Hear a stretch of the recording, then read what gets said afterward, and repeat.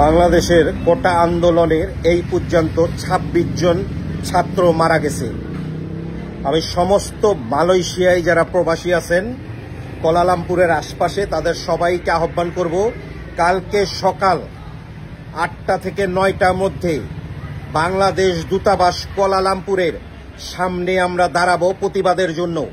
যে বাংলাদেশ সরকার যেই কাজ করতেছে এবং যেই কয়জন ছাত্র মারা গেছে এবং কোটা আন্দোলন সফল হওয়ার জন্য আগামীকাল 18ই জুলাই সকাল ৮টা থেকে ৯টার মধ্যে বাংলাদেশ দূতাবাস কুয়ালালামপুরের সামনে আমরা প্রতিবাদের জন্য অবস্থান করব। যে যেখানেই আছেন আমি ইকবাল লিটু আপনাদেরকে বলতেছি, আপনার সময় হলে বাংলাদেশ দূতাবাসের সামনে এসে দাঁড়াবেন। ভালো থাকবেন। যদি আমি অ্যারেস্ট হই, বিন্দুমাত্র দ্বিধাবোধ করি না, যদি আজকে রাত্রে অ্যারেস্ট হই, আপনারা কালকে সকাল ৮টা থেকে ৯টার মধ্যে দূতাবাসের সামনে দাঁড়াইতে ভুল করবেন না।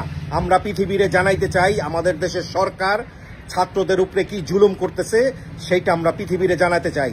আমি থাকি আর না থাকি, আপনারা অবশ্যই দূতাবাসের সামনে থাকবেন। আমি যদি জীবিত থাকি আর আমি যদি অ্যারেস্ট না হই, আমি আপনাদের কথা দিচ্ছি কালকে সকাল ৮টার থেকে ৯টার মধ্যে দূতাবাসের সামনে এসে দাঁড়াবো প্রতিবাদ করার জন্য।